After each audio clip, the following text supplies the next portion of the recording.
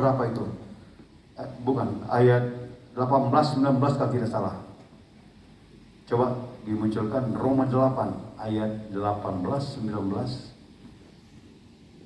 Sebab aku yakin bahwa penderitaan, 19. Sebab dengan sangat rindu sungguh, saya lupa ayatnya saudara, yang disebutkan bahwa pembalasan adalah hakku. Ayo, Roma berapa tuh?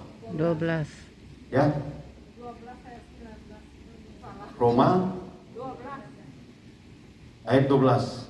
Jadi saudara, kita adalah orang berutang sebagai bukan Tuhan. Ya.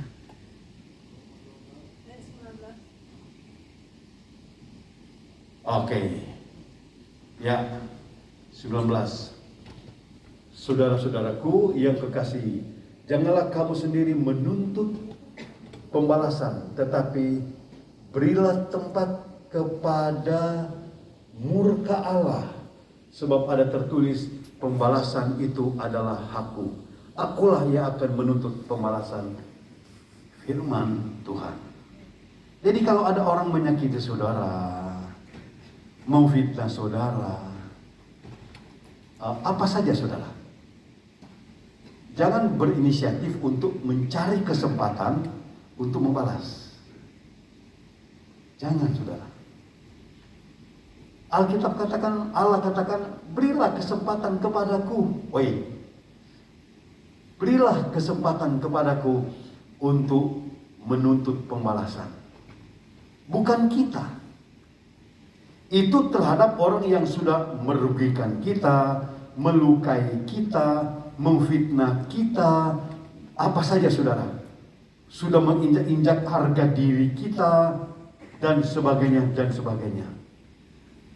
Secara manusia kita kan gak terima. Tetapi Alkitab katakan jangan menuntut balas. Berikan kesempatan kepada Tuhan yang akan melakukan penuntutan balasan itu. Amin. Ini ajaran firman Allah saudara. Apalagi kepada orang yang tidak berbuat salah kepada kita, tapi kita seolah-olah membencinya. Saya tidak suka, saya nggak cocok dengan dia. Nggak bisa, saudara. Nggak bisa.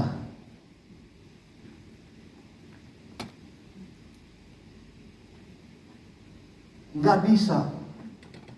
Makanya kata Tuhan kepada murid-murid, kalau kebenaranmu tidak melebihi kebenaran para ahli Taurat dan orang Farisi, kamu tidak layak kepadaku. Apa ukuran kebenaran orang ahli Taurat dan orang Farisi? Ukurannya ada di Taurat. Di Taurat diajarkan, kasihilah saudaramu, bencilah musuhmu.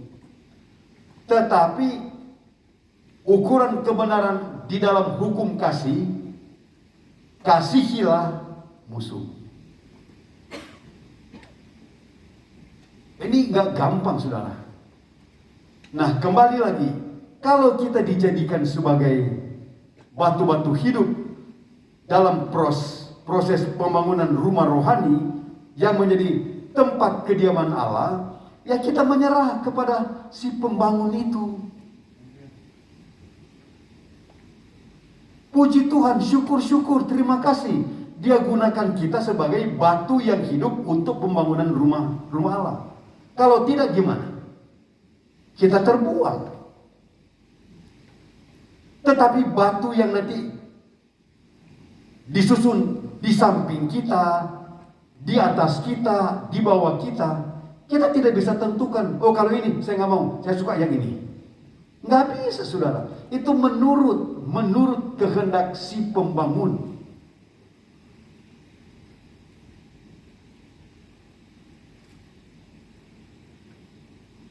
Satu Korintus 3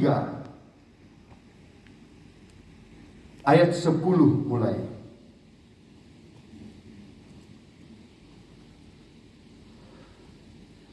Sesuai dengan kasih karunia Allah yang dianugerahkan kepadaku, aku sebagai seorang ahli bangunan yang cakap, ialah telah meletakkan dasar dan orang lain membangun terus di atasnya.